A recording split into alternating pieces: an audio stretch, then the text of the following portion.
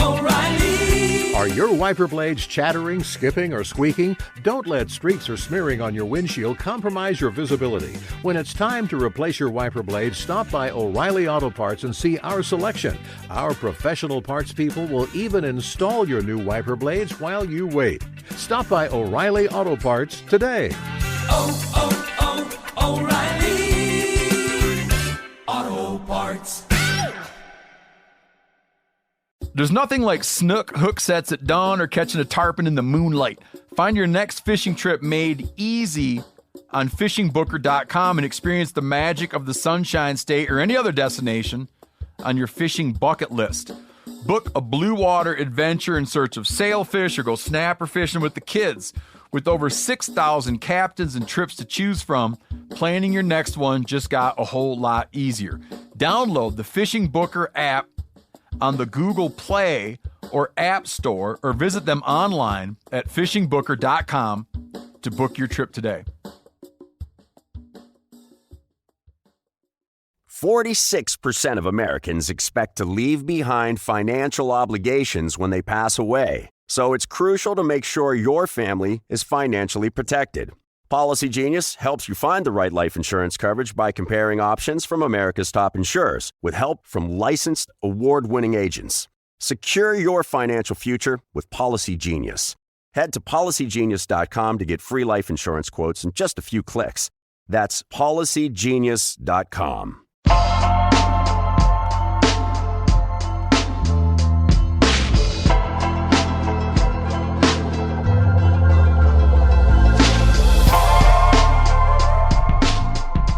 Welcome back to the Gear Talk, everyone. We have Janis and myself on, along with my buddy Kendall Card of Crispi Boots. We've hunted together a couple of times, Kendall. Yeah, we've been in the mountains together, shared some experiences. Fun times. We just wanted to have you hop on and talk with us about boots, which I think is going to be super fun. Perfect. That's easy. I love talking boots. Yeah. Can you give a little background on what you're doing now and a little bit of your boot background? Yeah, you bet. We, as you know, and as people that might know me, I started in the hunting industry about 15 years ago, launched a website called Camel Fire. And through that and Black Ovis got involved eventually in Crispi. I've always been a gear guy, whether it's been rock climbing, mountaineering, backcountry skiing. Those have been some passions of mine since teenage years. So I've always been really just a gear nerd. I love geeking out on stuff. I love looking at not just I like looking at the manufacturing side, like why it's stitched this way or why it's built that way. But anyway, we got involved with Crispi through an unfortunate but fortunate for me situation with a previous distributor. Crispi has been around for about 50 years, but the distributor had only been established in the U.S. for about 3 or 4 years, and he made a couple of poor decisions that led to our opportunity to help Crispi kind of rejuvenate the brand, and then we've been the North American distributor for Crispi for going on almost 8 years now. When you say you have been the distributor, is that now Black Ovis is the main distributor, or? Oh, good question. No. So we have a separate company called High Traverse Distribution. It's Crispi US. So it operates separately and actually in a separate building. It's about 30 miles difference between where Black Ovis and Camel Fire are from Crispi. So that's been interesting too, because even though I geeked out on gear and I felt like I really understood footwear as well as everything else, going into the factory and even just last week when I was in the factory and watching some of the manufacturing processes and understanding the why behind little steps has really just been super enlightening and very interesting. And I continue to geek out on it. Even as much as I think I might know, there's still so much I don't know. So I love going into the factory setting and watching and learning the why behind how boots are built. So then, as a distributor, that's your main point of contact for Crispi. like, why is it important for you as just a distributor to know the boots themselves and not just know how to get them from point A to point B? Well, two things. That's a great question. Number one is obviously you can pretend, and that's what I think some of the gripe behind. There's some retailers out there that simply just, I'll buy this product and I'll sell this product to somebody. And as a distributor, we could easily just send us whatever's on the menu. We'll bring it over and we'll sell it to whoever's wanting to buy it. Whether we wholesale through like one of our partners like Black Ovis or Shields or Midway, or we direct sell it to a consumer. I think number one, just from an integrity standpoint, you have to understand the product you're selling, regardless of the brand. But number two, we work with the factory very differently than say like Scarpa or Zamberlan or some of the other really good boot makers, Hanwag and Loa. A lot of those companies that are based in Europe will essentially like, hey, this is the menu, this is the product selection we've developed.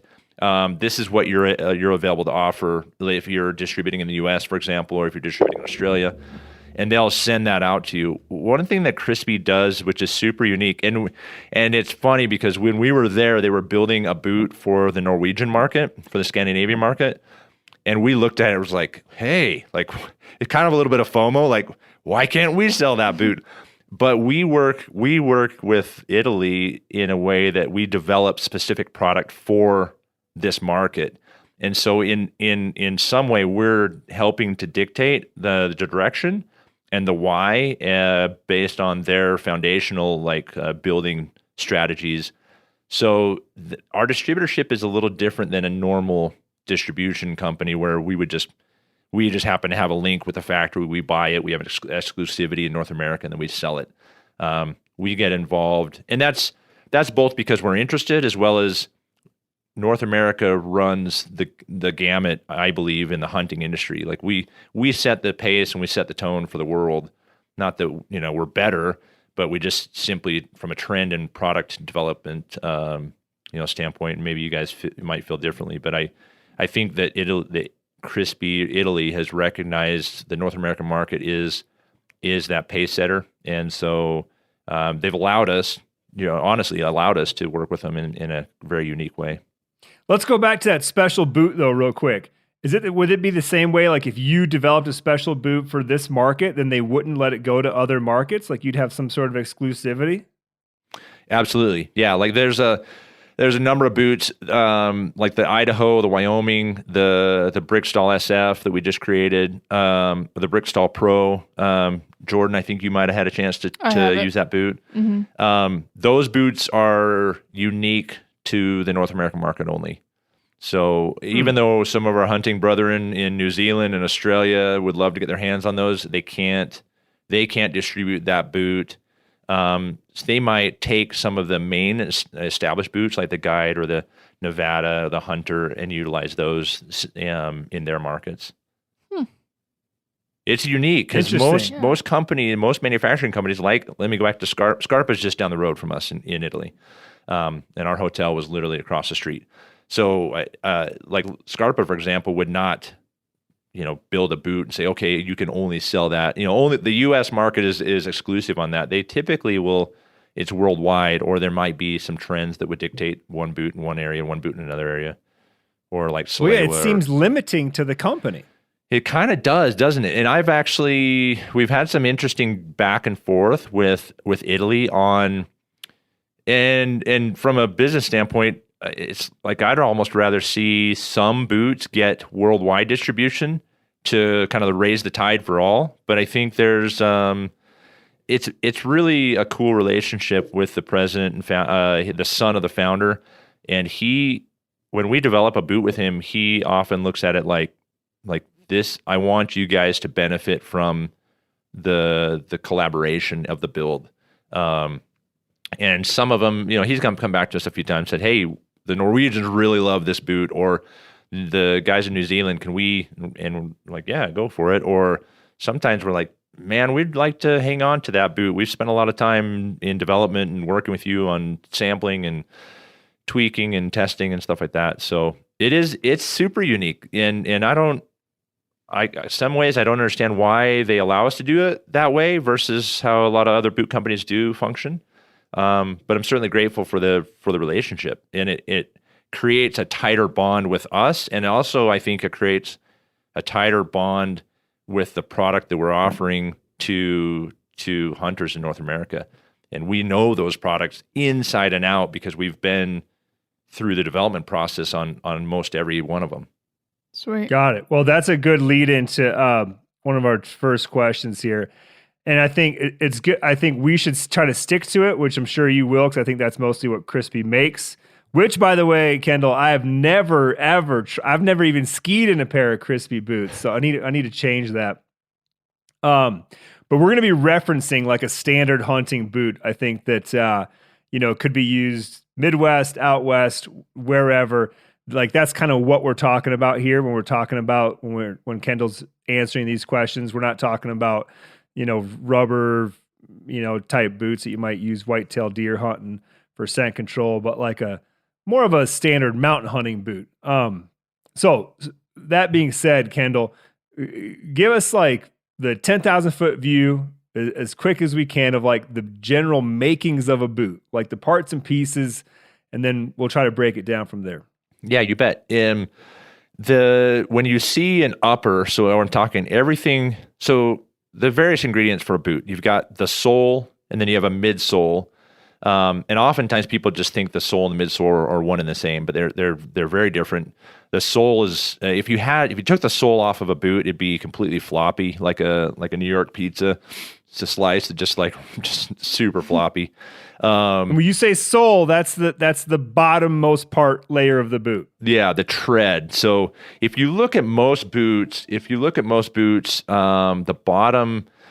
The color, there's a coloration change between the sole and the midsole, ever so slightly. Even if you've got like a dark gray or a black, you can see that. So it's just that bottom tread.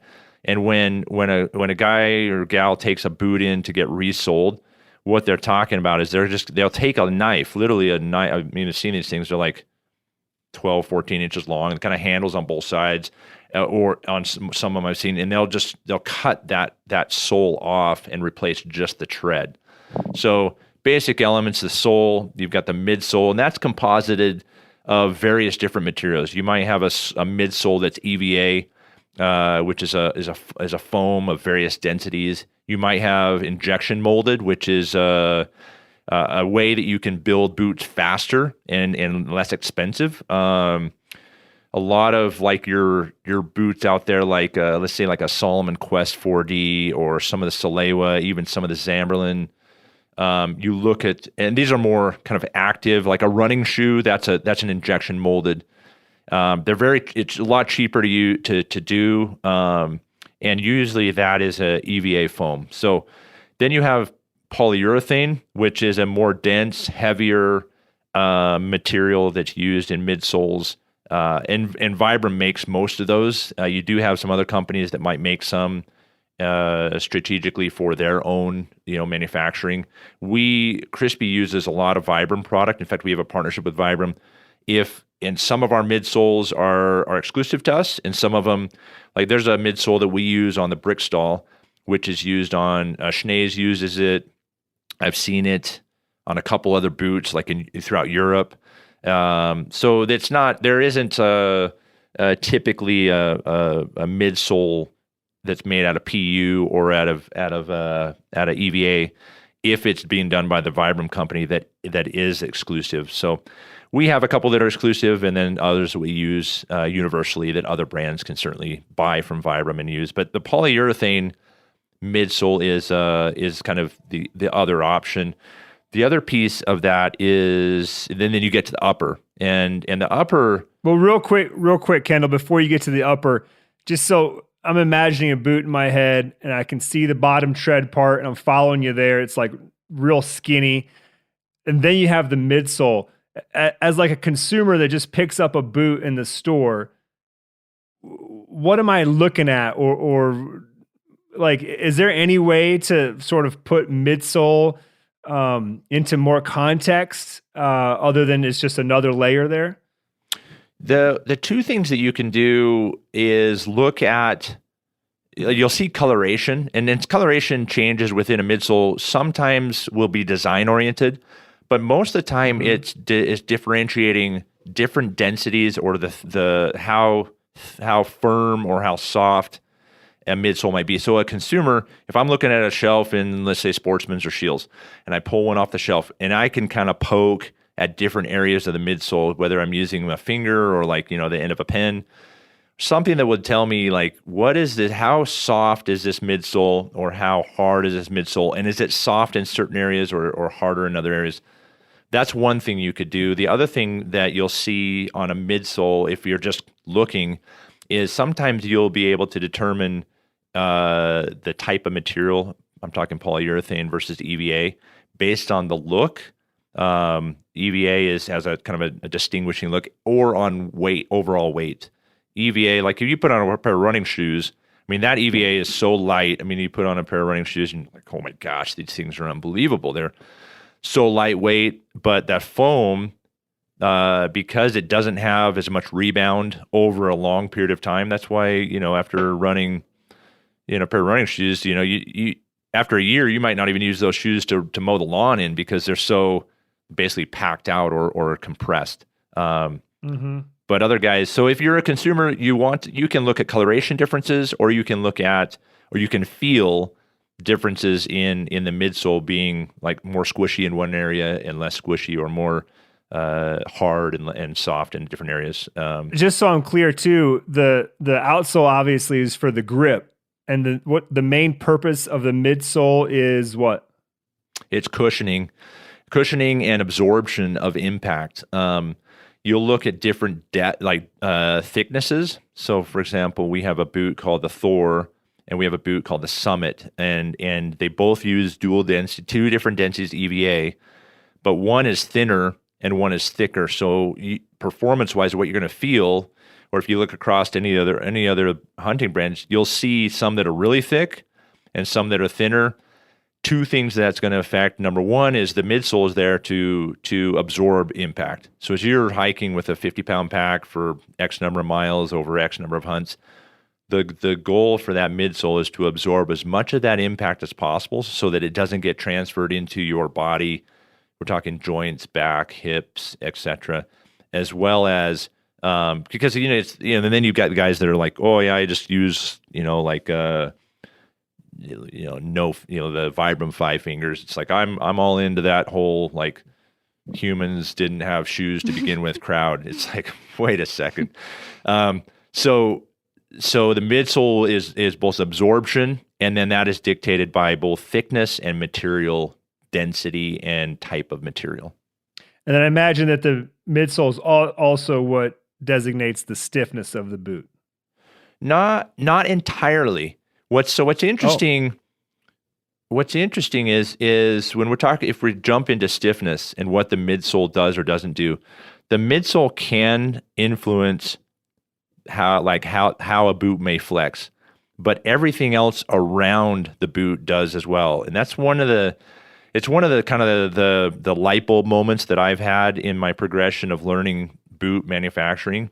I always thought that it was the midsole, which is not necessarily the case. It's the next layer that you go up in which in some boots they put a shank. You've heard people say, "Oh, we've got a metal shank or a composite shank," or we've got what we call in our boot construction a board last, which is the length of the boot. Looks very similar to like an insole, but that goes between the midsole and then the upper part of the boot, and that based on, again, density, type of material, thickness of material, different zones, like maybe at the ball of the foot, it might be thinner, whereas the heel, it might be thicker. It might taper in the arch of the foot. That is the primary designator of how stiff a boot might flex. But the one thing that changed my perspective was that the midsole does come into play. The depth, the how deep the tread is on the sole does come into play. If you're using a sole, it's more like let's say like a running shoe or a trail running shoe, versus a boot, you can obviously see the different depth of the rubber. So you've got more substance. Obviously, more substance is going to flex, be more stiff. But the upper part of the boot, we're talking like the leather or synthetic or combination, whatever you're using on the upper does also change the flex. So it's like every ingredient makes the recipe, but there's one ingredient that dictates the primary base of the recipe when you're talking stiffness or flex of the boot. And I had always discounted the upper. I never thought that the upper had that much influence, but we have like a rating system, and other brands have come up with different rating systems. We have boots that use the exact same sole, midsole, and the stiffness of the board last that dictates the flex. Mm-hmm. And because we use upper materials, hunters will try them on and say, this one's definitely softer flex than this one. You're like, they're actually the exact same. The only difference is the upper material and construction and stitching here or there, that sort of thing. So the upper will actually, I'm trying to think how to put this in words, but the upper will control how much those bottom 3 layers can flex. In some ways, yes. Or it influences. I wouldn't say control, I would say influences. What controls the main flex is going to be that board last or that shank, or depending on the manufacturer, whatever they design into sitting on top of the midsole, but beneath the upper material, be it leather or be it synthetic. Would you be stepping on the board last if you took the insole out? Yeah, you would. The only thing that would separate you from the board last or from that stiffening element, whatever other manufacturers might call it, is typically a small felt or very thin material in a boot that's Gore-Tex. You've obviously got the Gore-Tex booty, but it's little to nothing. And so sometimes people, if the board last or the shank or whatever is thicker, or there's a lot of substance there, that's why sometimes people might say, yeah, these boots are comfortable, they fit my feet, but I feels like it's hard underneath my foot. And maybe that's a response of the midsole, the insole is not very cushioning. But if in the absence of a board last, in the absence of anything that is trying to dictate the flex, and you simply just have the upper and then a midsole, it's going to feel whatever that midsole feels. That's back to my running shoe. If you're in a running shoe or if you're in a lightweight hunting boot, like a Solomon or Solewa, or even like our Ativa Mid, that board last is so thin or basically non-existent that you're feeling the foam at various densities of that midsole. And so you might find, man, I love these because they're more comfortable, but there's nothing or very little to dictate like strength of flex or how much you want the boot to control your stance on the mountainside.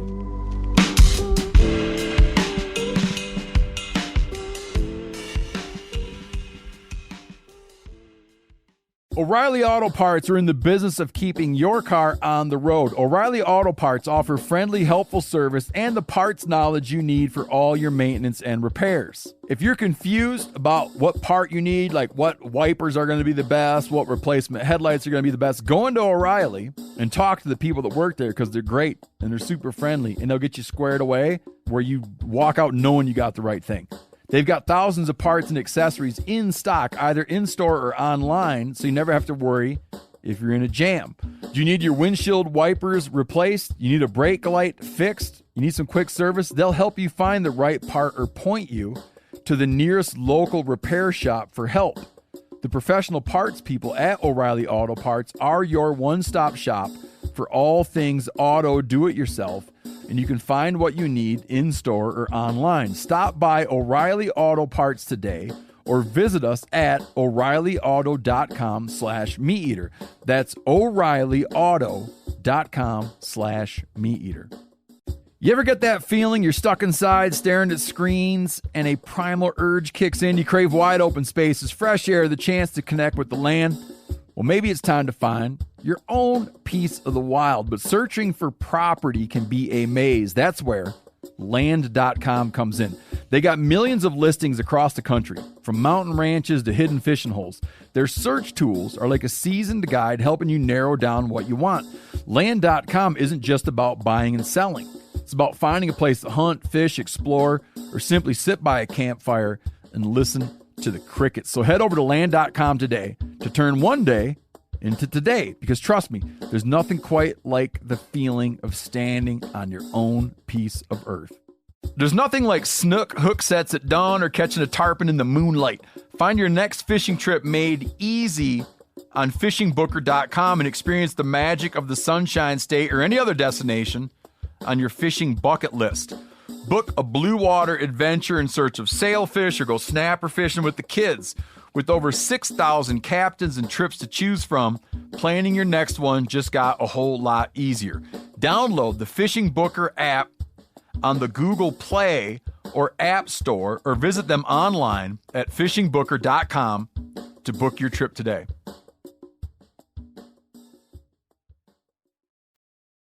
Let's continue then moving upwards. So we got the kind of the bottom, even though it only looks like the bottom 10th of the boot, it's more like the bottom half.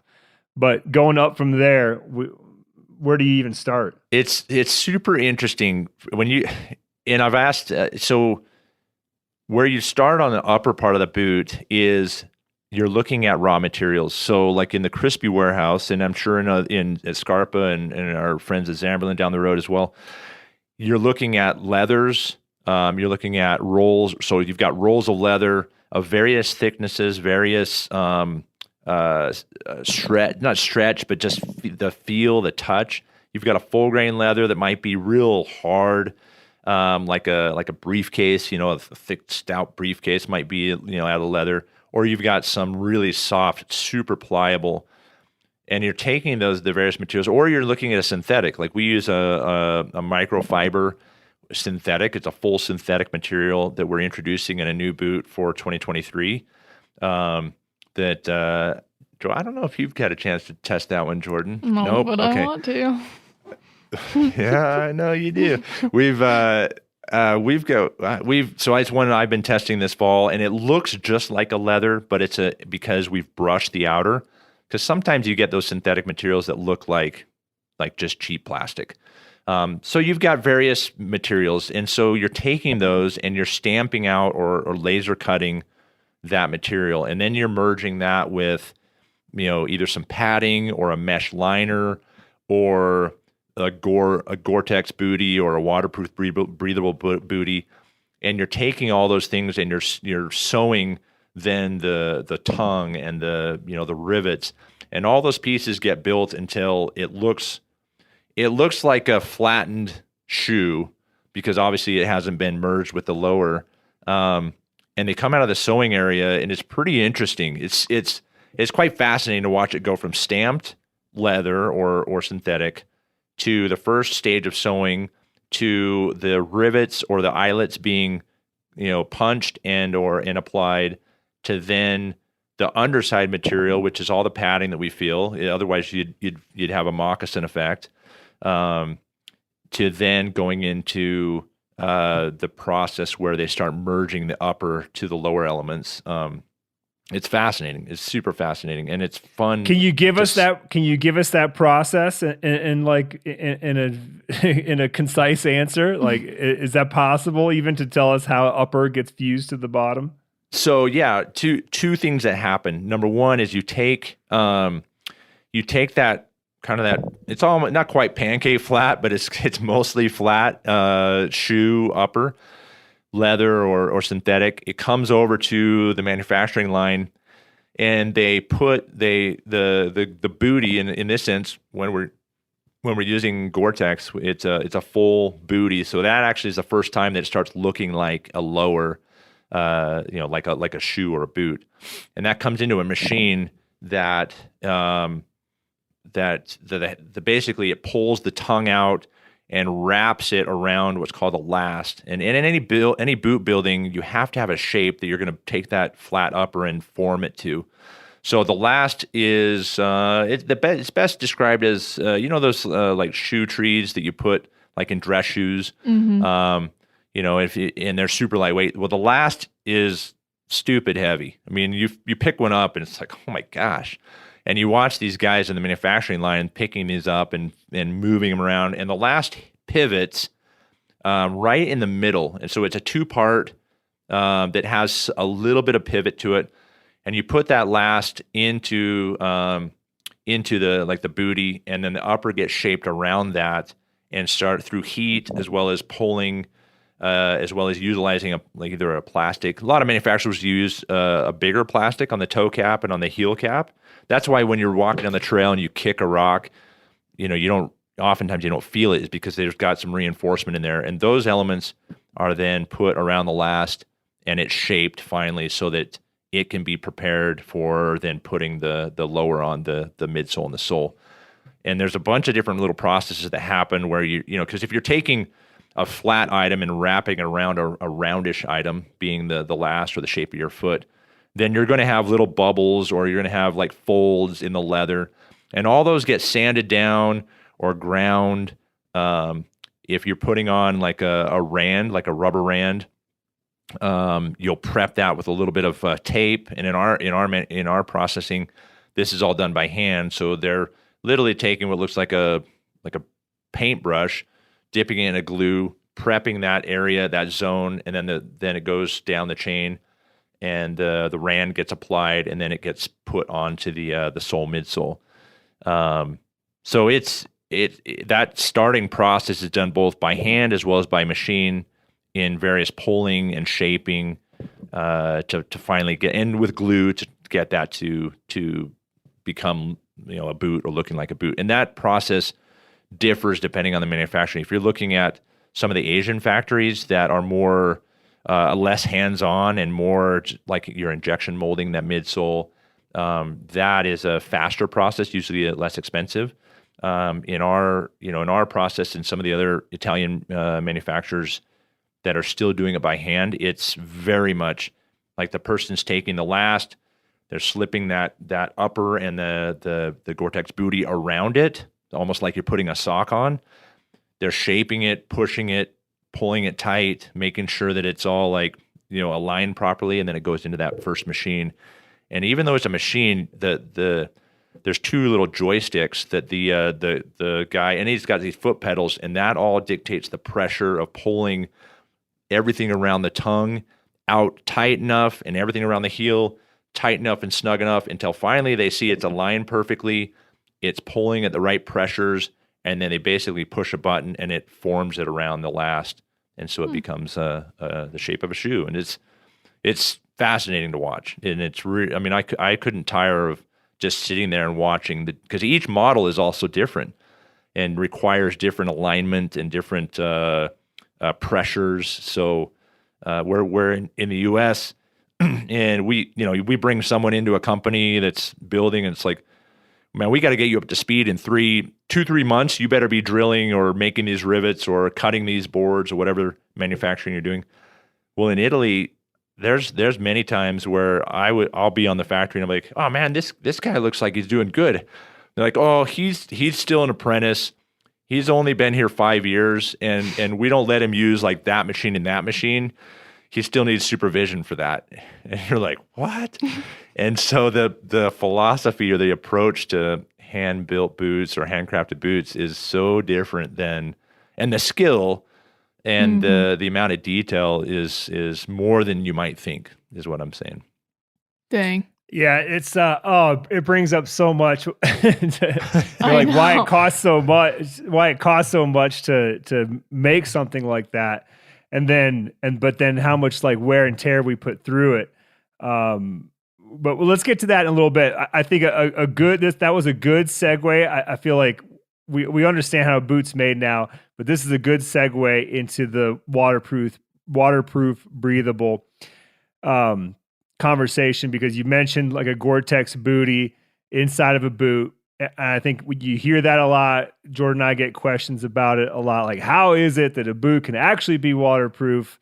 How does that work? How come boots aren't waterproof after a season sometimes? So let's go ahead and dive into that. Tell me about how that Gore-Tex booty or other breathable membrane booty, how that fits into a boot to make it waterproof. Yeah, really, really good question. And there are, just because you have to know that just because it says Gore-Tex or whatever other branded product that is out there doesn't necessarily mean that it's an entire bootie. There are a lot of manufacturing and a lot of boots and shoes that may utilize Gore-Tex, but only on the upper and then down around, and it kind of, instead of coming full circumference, it might just tuck around the bottom and basically end just on the edge of the midsole underneath. And that's done. It's done. And you might question, and I question, like, why on earth wouldn't you just do a full booty? The one of the main reasons is cost and skill. It's harder. It's much harder to ensure that the Gore booty remains with full integrity throughout the entire manufacturing process than if you're only using that upper piece. So basically, the top part of the boot is covered.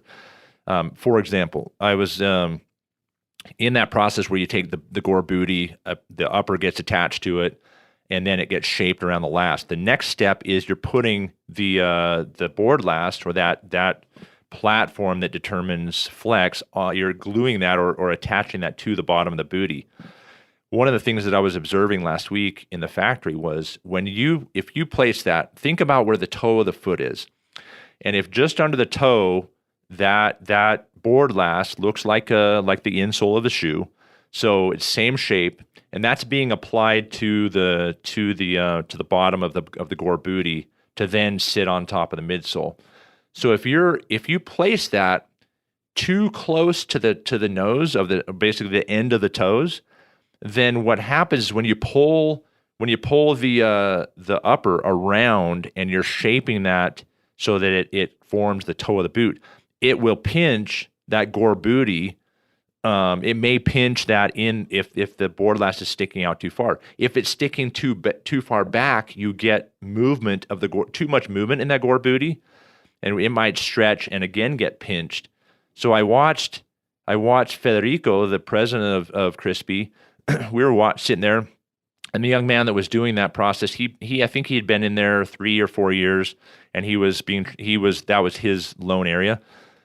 And he literally took a couple of them and said, nope, this isn't right. And I'm talking like he moved it millimeters, maybe a millimeter or two forward, and he showed like how that could be pinched. So the one thing that everyone, regardless of what material you're using, Gore or another membrane, the reality is those membranes are so fragile. Like a scratch with your finger, like a hard scratch with your fingernail, could cause that Gore membrane to be compromised.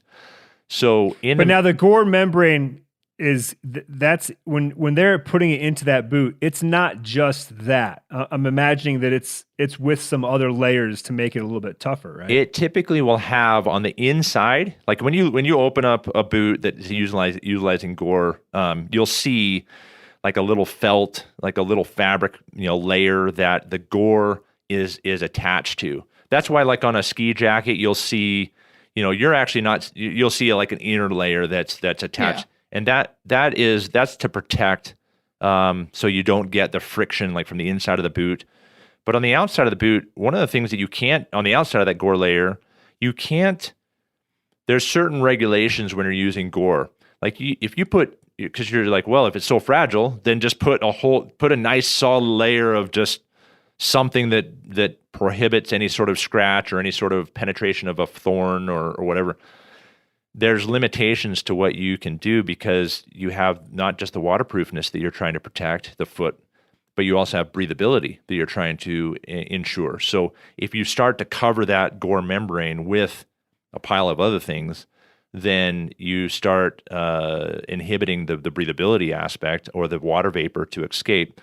And then Gore, so we have an area of our factory, and every Gore partner would have a part of their factory or the ability for Gore to come in and say, hey, we want to pull and test some of these products, or we want to ensure that within your manufacturing you're not preventing breathability, but you're also protecting waterproofness and taking care to the Gore membrane.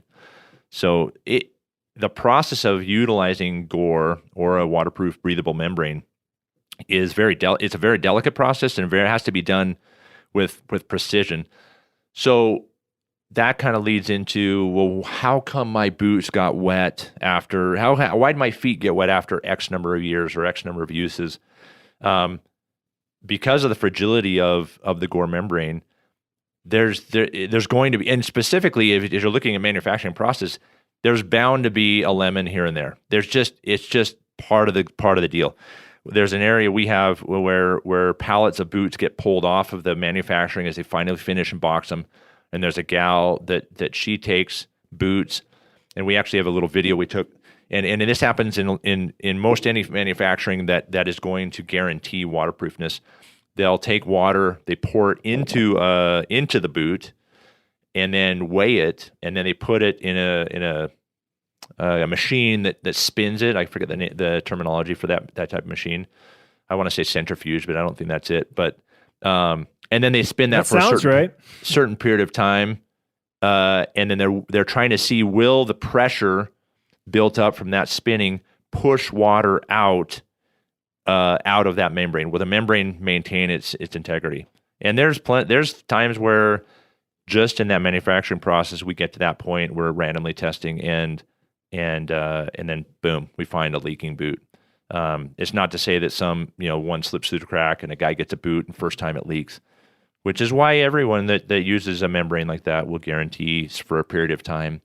But you have to remember, if you're not using a full booty, over time, as you flex the boot a zillion times and you're hiking to and fro, hunting hard or hunting soft, there's going to be the ability for water to really try and penetrate in between the bottom of the boot and the midsole in the seams. And eventually, if you're not using a full booty, that's where some weaknesses can take place. But also eventually, if you're using a boot just hard, you run the risk, depending on the upper material, of something penetrating or something degrading that membrane in some sort of way that it causes a leak. Rocks is what comes to mind. Like a lot of abrasion resistance, like right on the side of your foot.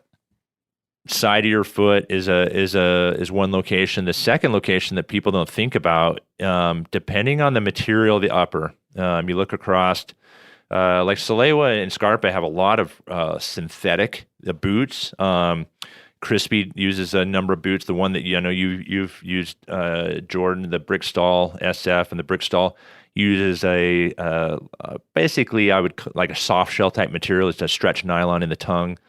I know companies like Schnee's, Kennetrek uses straight up leather in their tongue. Some of our models are straight up leather. So depending on the material you're using, down in the tongue area, if you've never taken your boots like legitimately apart, like pulled the laces out and taken a toothbrush and cleaned out that area, if you're in particularly like sheep hunting terrain, or you're in areas where you're getting a lot of small stones and grit down in that tongue, as soon as that stuff because it happens when you're walking across a glacial stream, like you step in and kind of the fine little rocks, they kind of surface up around your foot, and that settles down in that crease. Or if you're side hilling a lot in a lot of like shale, you'll get little stones in there, and if not cleaned out over time, it basically becomes sandpaper, and it's just rubbing and rubbing and rubbing and rubbing down in that groove. You may not feel it because it's small enough, but eventually, depending on the material, like the Kennetrek, their tongue is full leather. The Guide, the Guide Nevada from Crispi, the Schnee's boot, they have a couple that use the full leather. That's not going to get broken down. But you start using a synthetic tongue that's thinner, and that Gore membrane is basically almost to the surface. Over time, that's a weakness that's going to indicate, is going to break down if you're not cleaning that area out on the regular. Could you give like a 30-second synthetic versus leather? Yeah, the primary... That's impossible. 30 seconds. Well, for me, I know 30 seconds is impossible. I don't think anybody could do that. The rationale for synthetic over leather is weight savings and typically drying out faster or repelling water, having the ability to repel water, being hydrophobic. Leather inherently will absorb water. It's just what happens. That's why we treat leather boots. But leather will prevent penetration of things. Synthetic will typically breathe better. Leather may not. So there's pros and cons, but I would say leather is a weight savings, sometimes a cost savings, and a breathability enhancement over a leather. But leather's it's old reliable. I was shocked. Is my 30 seconds up? Because I'm going to switch topics a little bit. Yeah, switch it. I was shocked at, I'm here in Utah and I hunt in Utah, and I don't mind running. I mean, in some places I hate running into people, but I actually love running into people in the mountains because I'm always studying like what gear they're using, and I invariably look at boots. I mean, it's my kids like, Dad, stop looking at what shoes people are wearing. But when I here in Utah, I'll see guys wearing all sorts of stuff from Hoka to Salomon trail runners to full on 10-inch stiff boots, Kennetrek Schnees or Crispis. And it's interesting to see what people what they'll get away with, right? In various weather, or if you're just day hunting, kind of in and out real quick, you'll go maybe lighter weight shoe. I went into Wyoming this year on an archery elk hunt, and it was horseback. And unfortunately, we ran into piles of dudes. I guess that's like everywhere anymore on general tag, but what shocked me is every single person had full leather boots. Everyone. And I probably saw 25 guys from a Forest Service guy that I bumped into, to an outfitter, to clients, to just Joe regular out hunting like me, local, non-local. Every single person had a full leather boot, and it shocked me. But then at the same time, I thought, man, I'm 12 miles in on horseback in rugged elk country. Why wouldn't I be in a full leather boot? Because I know that's reliable. I mean, I know exactly what I'm going to get, and it's tough as nails. There's fewer seams. So it was interesting to me to see that difference between zones of hunting and the type of boot that people were relying upon. And then most of those guys are in there for, a week at a time kind of thing, versus kind of pop it in, pop it out on a day hunt.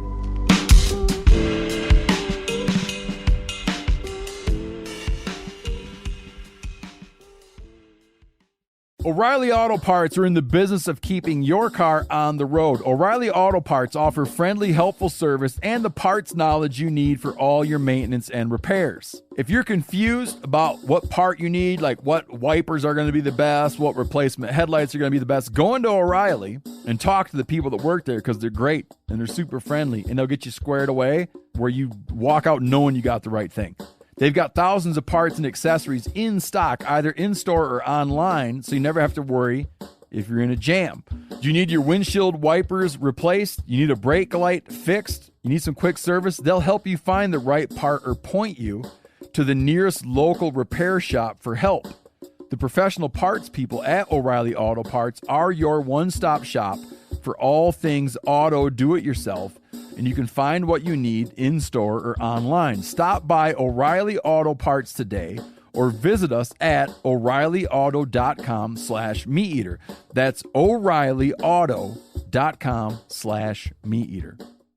You ever get that feeling you're stuck inside staring at screens and a primal urge kicks in? You crave wide open spaces, fresh air, the chance to connect with the land.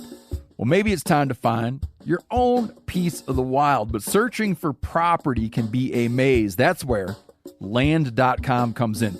They got millions of listings across the country, from mountain ranches to hidden fishing holes. Their search tools are like a seasoned guide helping you narrow down what you want.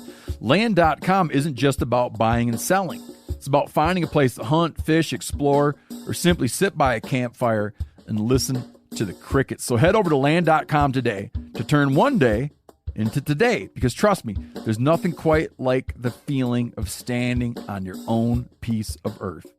There's nothing like snook hook sets at dawn or catching a tarpon in the moonlight.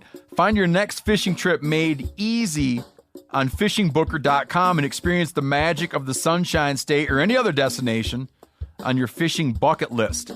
Book a blue water adventure in search of sailfish or go snapper fishing with the kids.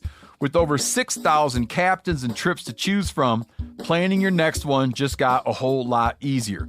Download the Fishing Booker app on the Google Play or App Store or visit them online at fishingbooker.com to book your trip today.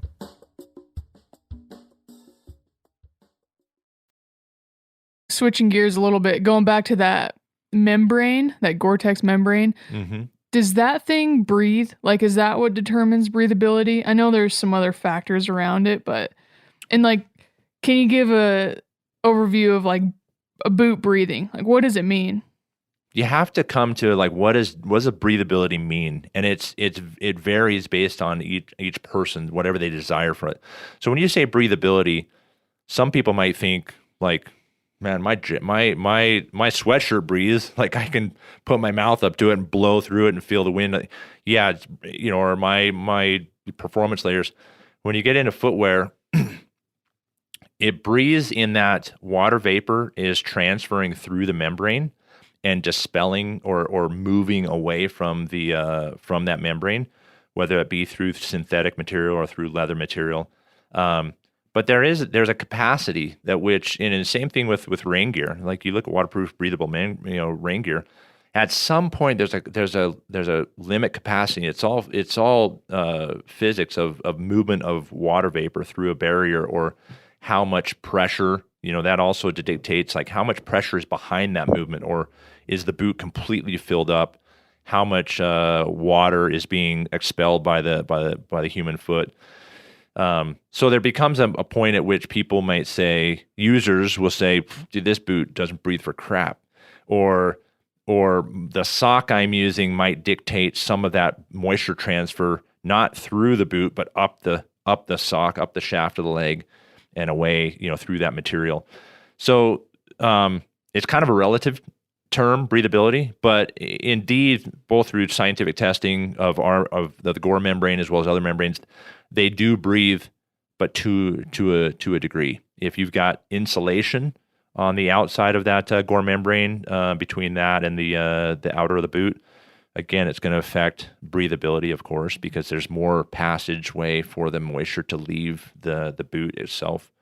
But yeah, from a simply a science and testing standpoint, absolutely, the Gore membrane does breathe.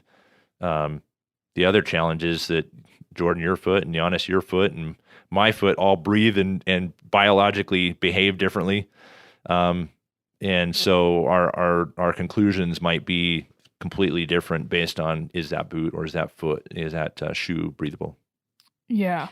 From a waterproofing standpoint, like how much would you say, like if you could break it down percentage wise, and you're taking a boot that does have a membrane of sorts, and it obviously has then the outer fabric, and I'm guessing it might have a durable water repellent finish on the outside as well. Or if it's a leather boot, then you might have, Nick wax, whatever you've applied to it. How much is it the outer material of the boot and what's applied to the actual outside that is causing the waterproofness versus the membrane on the inside? Yeah, real good question. The membrane itself is ultimately like, if you're talking responsibility, who done it, who's responsible. The membrane is ultimately responsible for your foot to stay dry. The outer material and what it's treated with, synthetic being treated with like a spray or some sort of DWR, durable water repellency. Those are temporary, of course, as you guys know, and many listeners might know that that's a temporary treatment. Even on the cream that you put on a leather, whether it be Nick wax or whatever, beeswax that I know that like Kennetrek uses a beeswax based. We use a synthetic based cream. Nick wax is a water based cream. All of those creams have a certain life to them, and those are responsible more for keeping that everything from the Gore membrane out, we're talking the gore membrane, the insulation layer, and then the leather or the synthetic. Typically, a topical applied element is responsible for keeping that part dry, whereas the gore membrane itself is responsible for keeping the foot dry. But they do work in tandem. There's no doubt that if you're walking through just a super heavy dew morning as you're cutting through a meadow to head up above timberline, you're hunting deer in Colorado or elk. If your outer material, the leather or the synthetic, is just immediately soaking in water, it's going to create more pressure against the gore membrane. And so as you become water soaked and when you flex, you're creating pressure points where water is getting a higher pressure. So as you flex the boot or as you exercise, movement in that boot under a lot of exterior water, there's going to be more pressure on that membrane for water, the water repellency to be compromised, or basically water to push through that. And so the outer certainly works. Those outer applications help to work in tandem with the membrane inside. Whew. There's a lot there. Sorry. There's a lot there. No, all good. I love it. Yeah, it's pretty wild. And I mean, when you've talked to hundreds and probably thousands of people about boots, you feel like you heard it all. From the first few years with Crispi as a distributor, we were answering every single phone call. And now we've got, a small team and we still, but you go to shows and you hear everything, you see everything. It boggles Crispi Italy. And I would probably say other manufacturers are kind of surprised, or, especially if they come from a European non-hunting focused background. If you look at like Kenetrek or Schnees, those were built by hunters for hunters, and hunting is the market. You look at Crispi, hunting is our primary market, and we do some outdoor. You look at Scarpa though, or Hanwag or Salewa, Loa, those brands did not start as hunting companies, and so their customer use is outdoor hikers and trekkers and climbers and scramblers and skiers and et cetera. But when you look at like the abuse that, and Janis, you mentioned this earlier, you look at the abuse that hunters put on boots compared to the other user groups, it's astounding.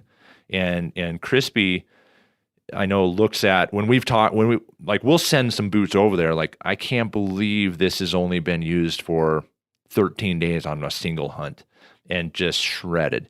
And so it's because we're all, it's not because we're so hardcore and we're just, we're just so tough, because there's plenty of hard men in the climbing and other worlds, but where we use our boots and shoes and how we rely on them, pushes the envelope, I think. And that's what's cool about working so closely with the factory, is we start seeing, and other manufacturers that are hunting specific start to see that serious abuse, and they make changes based on the things that are happening and testing different materials and finding weaknesses. And so unfortunately, sometimes customers on the front end get, they might use it in an extreme situation or an undesigned situation and find weaknesses. And it's a bummer, but it's more enlightening for a boot manufacturer to say, oh my gosh, this failed? No way this failed. I did I used a certain type of thread to stitch that. There's no way that was going to fail. And then Jordan takes it to Alaska and just destroys it. And we're like, dang, Jordan, sorry about that, but thank you. That's a fun, so anyway, I don't know where I was going with that, but it's an interesting observation that I know that we have experienced. And I would suspect that other brands, primarily the Italian brands or the European brands, are starting to experience, because hunters are typically a heavier user, not in weight, but just in the extremes that where we go with boots, because we don't walk by trails, we just walk by mountains. Yeah. I mean, we could talk about this forever, but as we come up on our time, is there something that we can give our listeners as a takeaway of, if you're going to go into Scheels or wherever and you're going to look at a boot for a specific hunt, what would you tell listeners looking for a boot?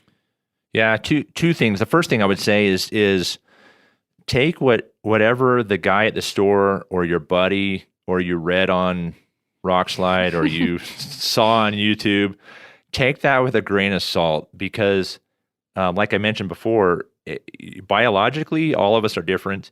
We have our intricacies as well as our feet are all designed differently. And so just because a boot is like the cat's meow for your buddy or some guy on YouTube said that or some review you read, doesn't necessarily mean it's going to be the same result for you. So as you start to look at the various manufacturers and the various designed purposes of each boot, narrow down your selection based on what you feel. And I know that's impossible for some people because they live in Timbuktu and they just have to mail order or call in or hop on a website and buy some. So it's hard to narrow that down. So doing your homework, I don't think you can do enough homework on footwear. And understand that, sometimes you may swing and you think you hit it over the fence and the left fielder jumps over the fence and snatches that and you're out. And the boot you thought was going to be the home run is not the home run, and it doesn't work. And that's a tough lump to swallow when a boot's $300, $400, $500. Yeah. But the second piece, so anyway, take all that information as processed information that you're gathering, not necessarily as the gospel truth. But the second piece is start to identify, look closely at some of the things we've talked about, the materials in the upper, the midsole thickness, the tread depth, the type of products, whether it be Vibram, Gore, a synthetic versus leather. Look at those things and start to match those. What's the use of each of those materials? What's the purpose of each of those materials? And what is the type of terrain or the type of use that I'm going to be utilizing them in, and start to consider that rather than just slip your foot in and that feels good. I'll take them. And so as you start to educate yourself a little bit on some of the things we've talked about, these different materials that are put into the boot, you'll start to understand, okay, leather has this performance, synthetic has this performance. Well, what am I really looking for? And I've had some of those kind of conversations with guys, and they're like, man, my buddy loves this boot over here, but for some reason I wanted to love that boot so hard, but this one over here is that's the one. That's my Cinderella slipper that I've been looking for. And I don't know why, and it's so much lighter or it's a softer flex than my buddy, and we hunt in the same terrain. And just get over the fact that you might be in a softer flex, less burly of a boot and cover the same terrain as your buddy who's in something super thick, but start to analyze what goes into each boot as you really narrow down your selection, and then make sure that you get your foot in it and walk around, whether it be in that store. If you've got to buy 7 boots on the internet and return all 7, just know that process is worth the pain. And just tell your wife you're going to carry a little balance on the credit card if that's what it takes, because ultimately nothing would destroy a hunt more than crappy footwear or footwear that doesn't match your performance need. Mm-hmm. Yeah, it's super subjective. I like to choose boots based on color scheme sometimes. Just kidding. Go for it. I didn't. You've never struck me as that kind of personality, Jordan, but I thought we were turning over a new leaf there in our friendship. when you were talking about going to the backcountry and everybody was wearing leather boots, I was like, I would be the one you'd see with orange boots. Oh, yeah. I used to have a pair of those bright blue La Sportiva. I think they were called Glaciers. Remember those? Yep. And yeah, I got a lot of crap for having blue boots. You got some looks? Yeah. Kendall, question for you. If, let's say it's the same boot from your manufacturer, because you'll be answering this question for Crispi, but if it's the same boot and it's in a smaller size, like say a 7, 8, 9, where the average person is going to, let's say, weigh 140, 150 pounds in that boot, versus that same boot in a size 12, where that average person might weigh closer to 190 or 200, does the flex change? Or I would imagine it might get stiffer to accommodate for the heavier person, or is that flex going to feel the same if you had a flex rating machine, is it going to feel the same in that size 8 or 9 as it does in the 12? Dude, that might be. I'm going to have to give you an award because that might be the coolest question I've ever been asked about footwear. I'm not kidding. That is a super interesting question. Well, you know how, like you're saying, you run into people and you're like, man, you're running around the mountains in a pair of trail runners. I've tried it because I can tell everybody out there with certainty that you can sneak up to an elk way easier in a pair of trail runners than you can in a pair of stiff mountain boots. It's just like a fact. Oh yeah. The cushion just soaks up stuff underneath your feet, and you're just like a little, ghost ninja slipping through the timber. But my weight just puts way too much torque, I guess, onto my feet and my ankles that halfway through the day, I can't take a trail runner. So I need a little bit. So anyways, but back to the question, like, I think that some people that are lighter weight can get away with a lighter, more flexible boot because their weight isn't asking so much of the boot, where I might need a little more support. So does a manufacturer accommodate for that? The answer is no. I think we use the same materials from size to size. So the same amount, the same exact materials are going to be used in an 8 versus in a 12, and by mere fact that you have less material, or suppose rationally, ratio, the ratio of material to size is going to be equal. I would say that the flex, if you could test it, which I'm super intrigued actually, if you could test the flex of a 12 versus a flex of the 8 and weigh that testing machine, if you could, based on 200 versus 140. My guess is, and I don't know the answer, I don't know the right answer, but my guess is that the 8 might feel a little stiffer because of less force, or you're talking on a cantilever, you have only 140 pounds versus 100 or 200 pounds. I would suspect that there's probably going to be a little bit more stiff flex on that smaller one.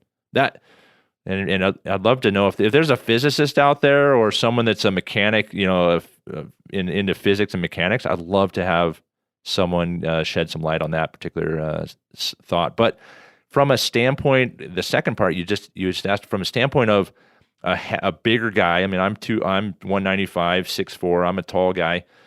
I feel like I know that I get better performance out of I'm talking feel good out of a thicker midsole, a polyurethane midsole versus out of a thin trail running type sole. And I feel it 2 or 3 days later. And I know that on a multi-day hunt, I don't recover as quickly after, big day exertions. Whereas I think guys that are lighter weight, it may not impact them as much if they're not, with the same, or maybe even going a softer midsole material.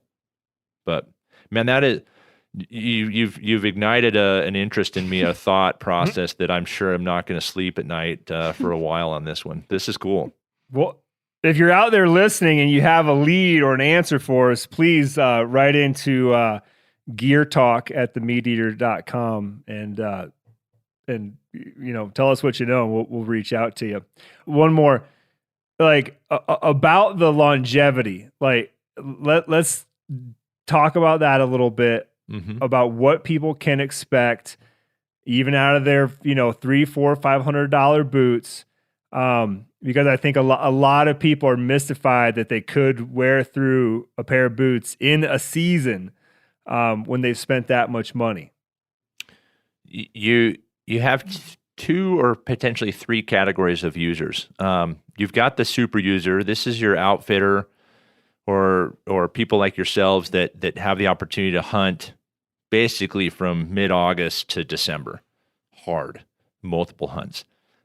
Those people typically recognize, and especially guides and outfitters, because those people look at it's just part of the work. It's part of my uniform, if you will. And so those people often recognize, hey, man, I'm using these things day in, day out. It's paying, my investment is repaid to me on a daily basis. So my cost per use ends up being I love to look at cost per use on all my gear, from my ski gear to my hunting gear. So cost per use gets down to, we're talking like 20 cents, 30 cents per use, 50 cents, maybe maybe on a $500 pair of boots, maybe the guy's getting down to $1, $1.50 per use. And they have to recognize, like, would I pay $1.50 for that day to have that kind of comfort in my foot, and knowing that I'm going to retire these at some point. Then you have your second group of people that, I'm skipping one, that is, they're going to buy a boot and they're going on one hunt a year, maybe two. And they might hunt hard, they might hunt soft, but they know that boot, they're expecting that boot to last them 6 to 8 to 10 years. And the majority of those boots will last 6 to 8 to 10 years. And there's a partnership. I mean, people have to recognize if you're going to buy something like that in investment, there's a partnership that needs to happen. That means you take care of your boot and your boot takes care of you. And if it's a one-sided relationship, then usually those relationships go bad, not just in footwear, but in life. But so you got to change your oil in your truck too, by the way. Yeah, dude. If that light comes on, or that up there on the left, the Jiffy Lube thing says like 20,000 miles ago, then you need a citation written. So that group typically is satisfied with their purchase. The super heavy user group is satisfied with the longevity of the boot. Typically, it's the group in the middle. The guys probably like me. I hunt 4 or 5 hunts a year. Maybe the guys, maybe less than guys that hunt weekends. Throughout most of the season, and they invest in the boot, and they're expecting, like, I don't hunt, I'm not a super user, so they're expecting the boot to last 8 to 10 years as well. But the reality is depending upon use, terrain, how well you're taking care of the boot after each use, or kind of attending to, its needs, that boot probably is going to last 4 or 5 years on maybe 6 years on the high end, 2 years on the low end. And that's where you get guys that'll say, man, there's a bit of a rub. And there has to be, from a manufacturer standpoint, we absolutely look at, we'll look at each case typically, and most manufacturers do this, say, man, yeah, that boot shouldn't have come apart in that location, or that boot, that sole shouldn't have separated at that location. But then sometimes when you flip it over and you look at the bottom boot, you're like, oh my gosh, dude, these are like moccasins. There's zero tread left. You've destroyed these things. And they're like, oh, I just hunt, every once in a while. You're like, no, you don't. Either that, or you're using them on your day job as a plumber or as a concrete layer, and you're on concrete all day long with that soft Vibram sole. So the longevity question is, if I was to say I'm going to buy a pair of boots, and I'm a kind of a weekend with the occasional 1 week in Wyoming hunt. I'm coming out from Missouri to hunt west, and then I'm using it here and there, and I might be using it on, setting trail cameras.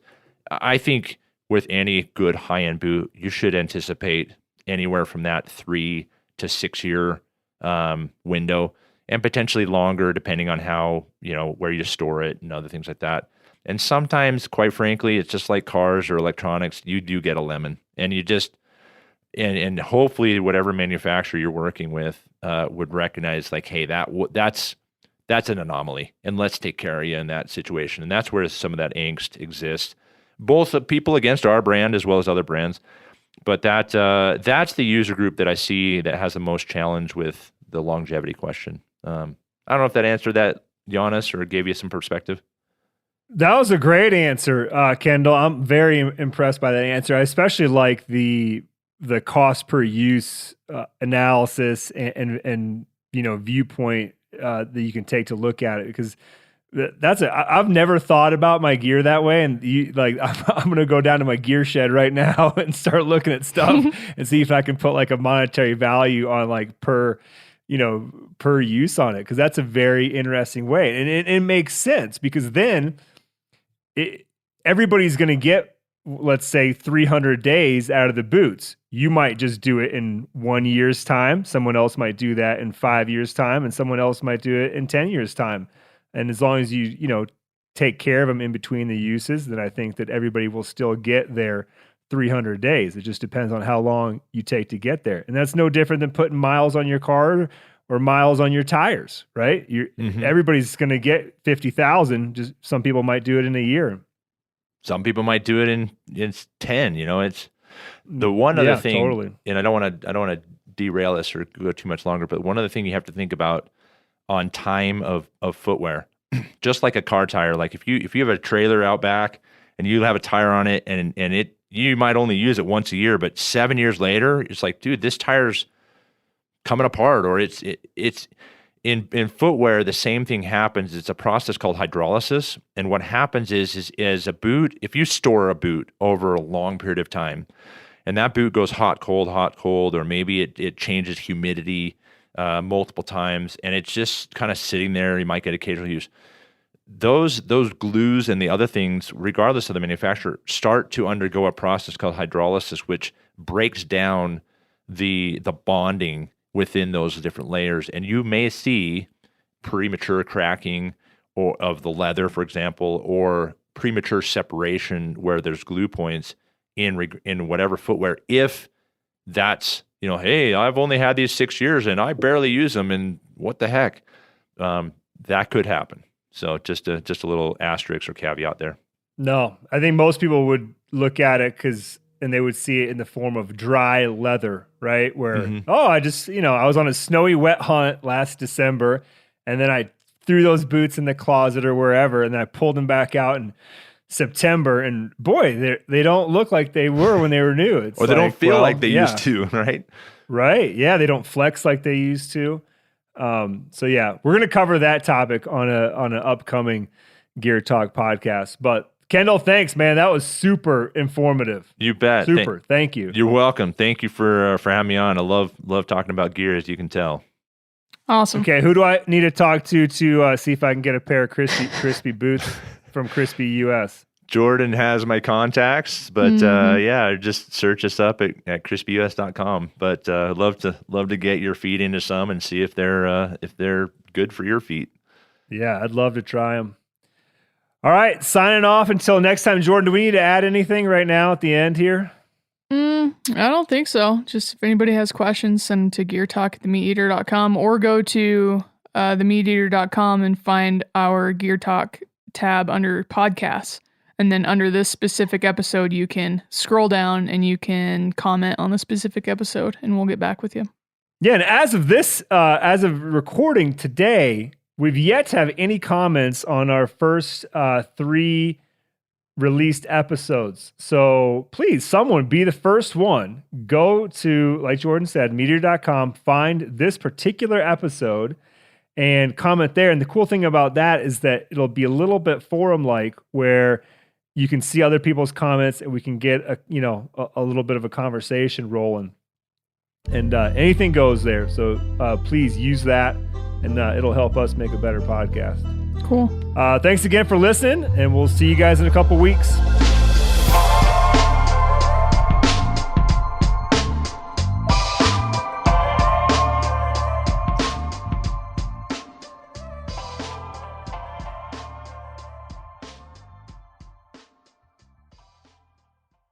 You ever get that feeling the walls closing in, the concrete jungle suffocating you? You crave some wide open spaces, the chance to connect with nature, maybe in a spot all your own. Well, head over to land.com. They've got ranches, forests, mountains, streams, you name it. Search by acreage. You can search by location. You can search by the kind of hunting and fishing you're dreaming of. Land.com. It is where the adventure begins.